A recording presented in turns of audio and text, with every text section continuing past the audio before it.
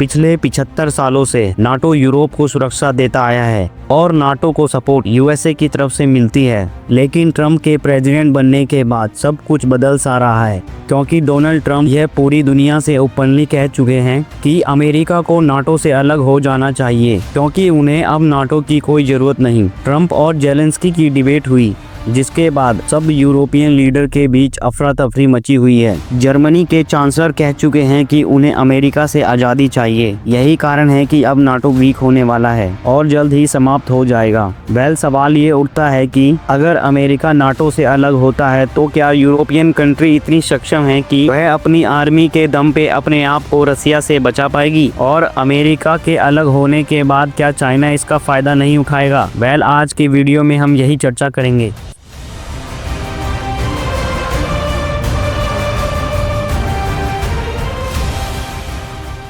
तो सबसे पहला सवाल, NATO North Atlantic Treaty Organization क्या है और कैसे बना? वेल, जब वर्ल्ड वॉर 2 खत्म हुआ तो यूरोप बहुत कमजोर हो चुका था, जिसे सोवियत यूनियन तेजी से कैप्चर करने के लिए बढ़ रहा था। तो बात है 4 अप्रैल 1949 की। यूरोप और अमेरिका ने एक ट्रीटी साइन की जिसका नाम था नाटो, जिसका मोटिव ये था कि कोई भी कंट्री यदि नाटो मेंबर कंट्री पर अटैक करता है तो नाटो के सभी मेंबर कंट्री मिलकर अटैक करेंगे। मतलब एक के अगेंस्ट वॉर सब के अगेंस्ट माना जाएगा। आज की डेट में नाटो का लीडर है अमेरिका। न्यूक्लियर प्रोटेक्शन और भी कई सपोर्ट देता है नाटो के मेंबर कंट्री को। बात है 1945 से 1990 के कोल्ड वॉर की, जब नाटो बहुत ही इम्पोर्टेंट साबित हुआ, क्योंकि अमेरिका ने सोवियत यूनियन से अपने आप को डिफेंड करने के लिए कई मिलिट्री बेस इटली, जर्मनी और यूके में बनाए।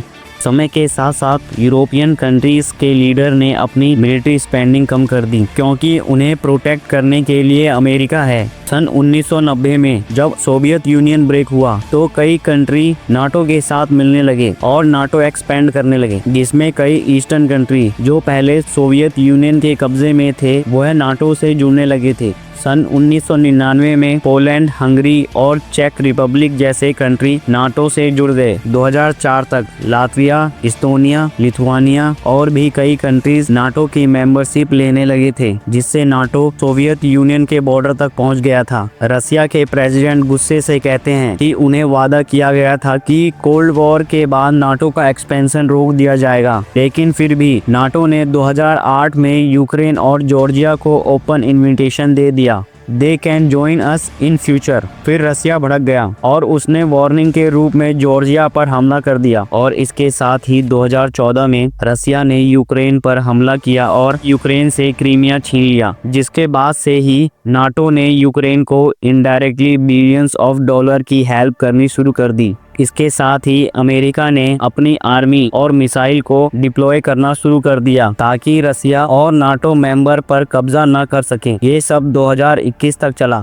तभी स्वीडन और फिनलैंड ने 2022 में नाटो मेंबरशिप लेने के लिए अप्लाई कर दिया।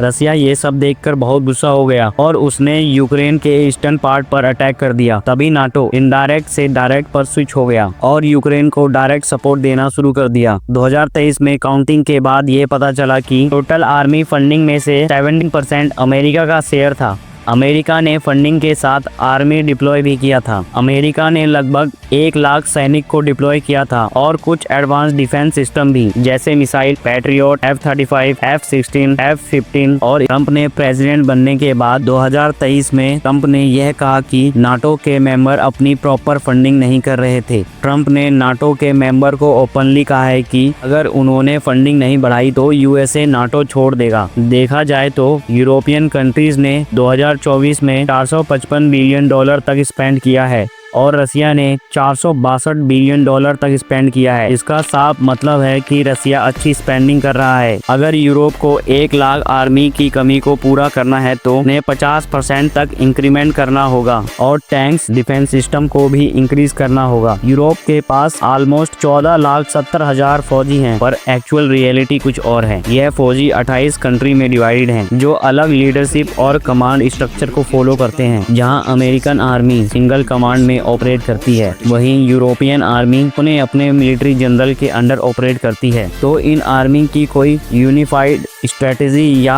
प्लान नहीं है। हर मुल्क के पास अपने हथियार हैं और चेन ऑफ कमांड है। इसलिए अमेरिका के 1 लाख फौजी यूरोप के 14 लाख फौजी से भी ज्यादा पावरफुल हैं, क्योंकि वह सिंगल कमांड और स्ट्रेटेजी फॉलो करते हैं। इस लॉजिस्टिक गैप की एक और एग्जांपल देखें तो अगर रसिया बाल्टिक नेशन पर अटैक करता है तो नाटो को रसिया को रोकने के लिए 400 टैंक, 2000 गाड़ियां और 700 आर्टिलरी चाहिए होंगे। और ये नंबर इतना बड़ा है कि यूके, फ्रांस, जर्मनी और इटली मिलकर भी इतनी बड़ी फोर्स नहीं बना सकते। और अगर अमेरिका ने न्यूक्लियर से भी हाथ हटा लिया तो यूरोप को हराना आसान हो जाएगा। इसलिए फ्रांस के प्रेसिडेंट मैक्रोन और जर्मनी के चांसलर अपनी फंडिंग बढ़ाने पे ध्यान दे रहे हैं। और इसमें ये पॉसिबिलिटी भी है कि फ्रांस के न्यूक्लियर वेपन जर्मनी में स्टोर किए जाएंगे, जिससे एक ऐसी प्रोटेक्शन शील्ड बनाने की कोशिश की जाएगी जिससे अमेरिका की नीड ना हो। लेकिन न्यूक्लियर प्लांट को बनाना बहुत ही टाइम कंज्यूमिंग है और अमेरिका अपना सपोर्ट खींचता है तो नाटो को बहुत अच्छी यूरोपियन फोर्स बनानी होगी।